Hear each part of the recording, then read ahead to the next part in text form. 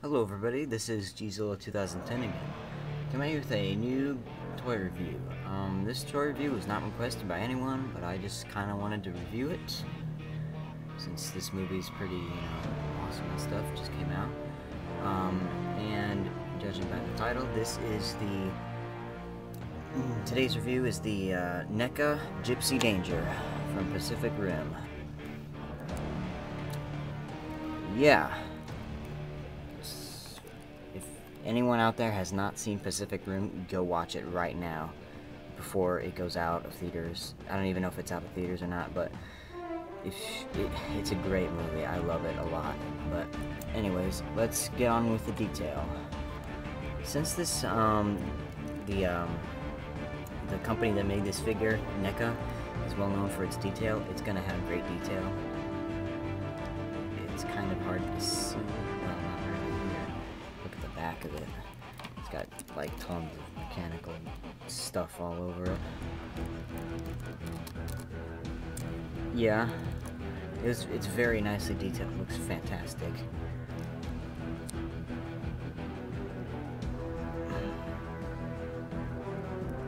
Yeah, so the detail is pretty much top-notch on this figure.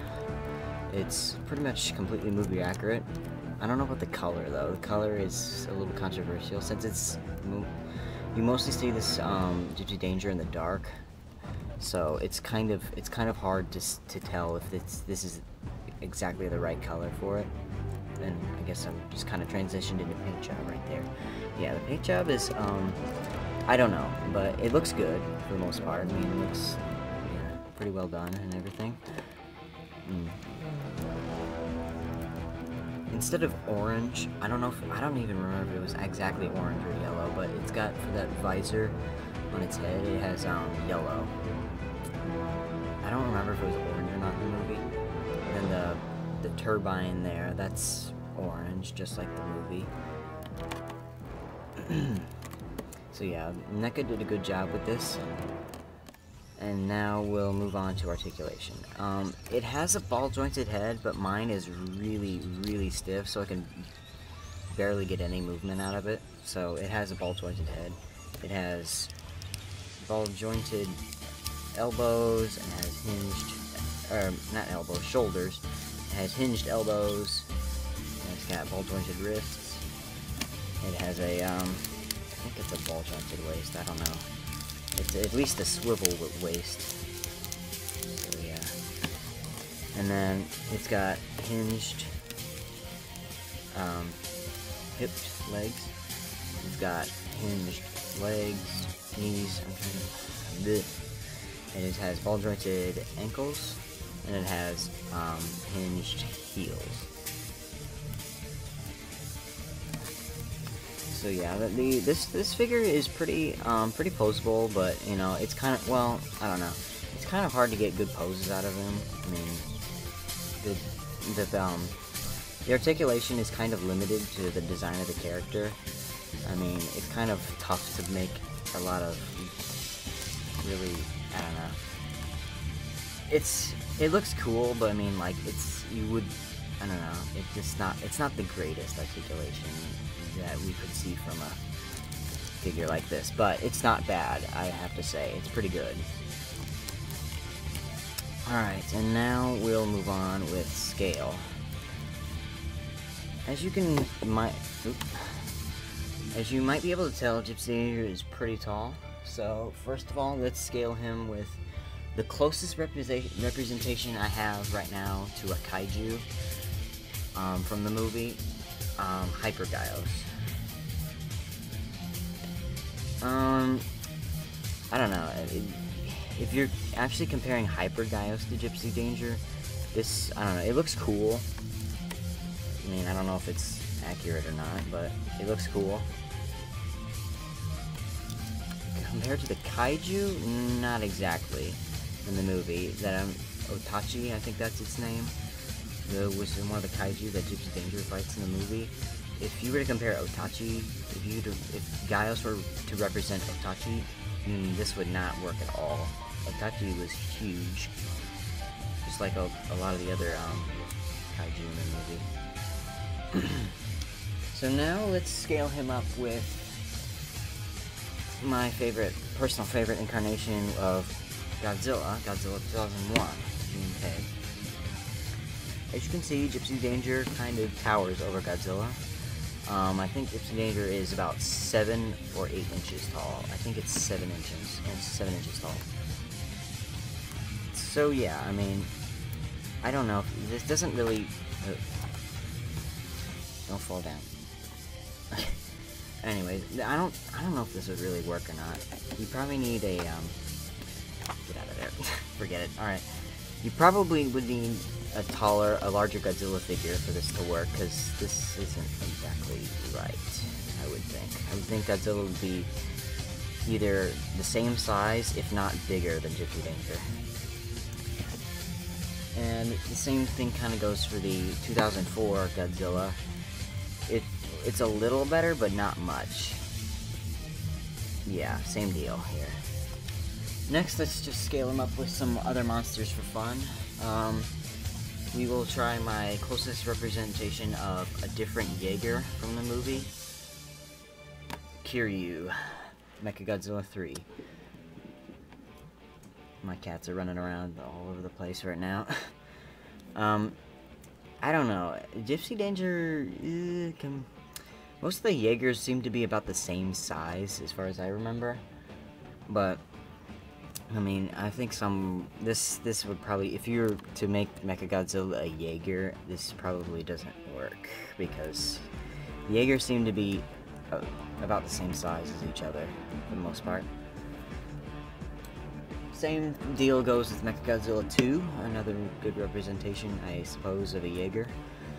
Not really good, but, you know, a representation of a Jaeger. Yeah, same deal with Mechagodzilla 2. It just doesn't, well, maybe. I don't know. If Mechagodzilla 2 had taller legs, this might work, but, you know, it doesn't. Now we will try Gamera, Showa Gamera. As you can see, Gipsy towers over Gamera as well, which is, I don't know. He might if it's the Showa Gamera, since the Showa monsters were always small anyway. Yeah, that's that. Next we will try out the Bandai Gigan. I don't know about this one. This one is interesting, because Gigan, I don't know. Gigan would probably have to be bigger, which leads me to the Bandai Creation Gigan. Now this I kind of like. I think this would work pretty good, actually. The tall, the oversized Bandai Creation Gigan versus a nice 7-inch Gipsy Danger figure. It works if you size these two together. Yeah. So Bandai Creation Gigan actually works. Alright, so now we will look at the thing that I was trying to put up before. This is his, like, card or tag thing. I don't know what you want to call it. It's probably a card.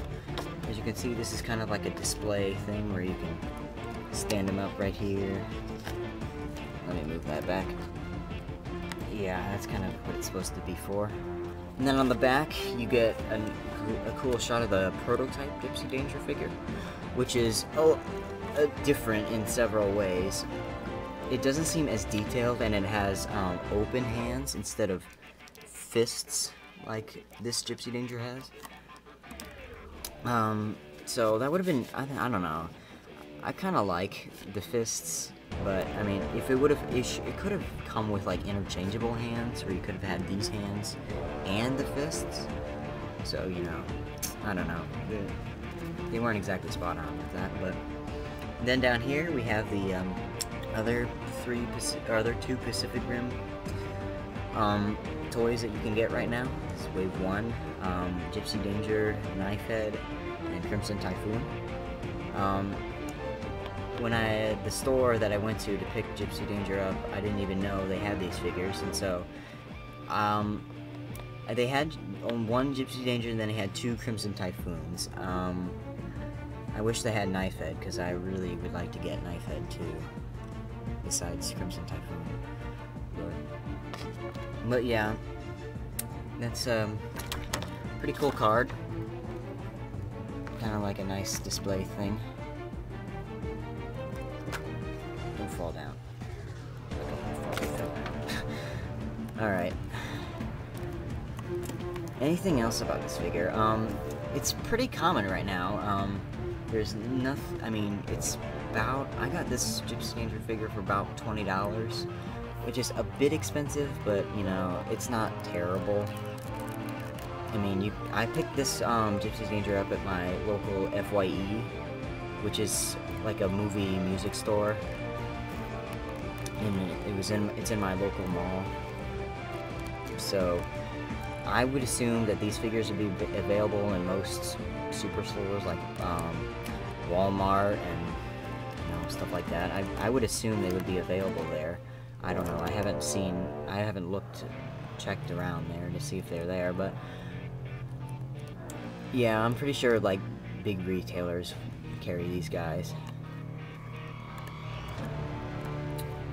So yeah, if you want to get these figures, those are the places to go. And they're not too bad with prices. So yeah, I think that will be all on my Pacific Rim NECA Gypsy Danger figure. This figure is a great figure. I would give it a 5 out of 5 just because it's a good figure, and the movie is one of the most enjoyable movies, you know, I've seen in a long time. I think it was great, and I can't wait for Godzilla 2014 with all that new stuff that's been leaked around and, you know,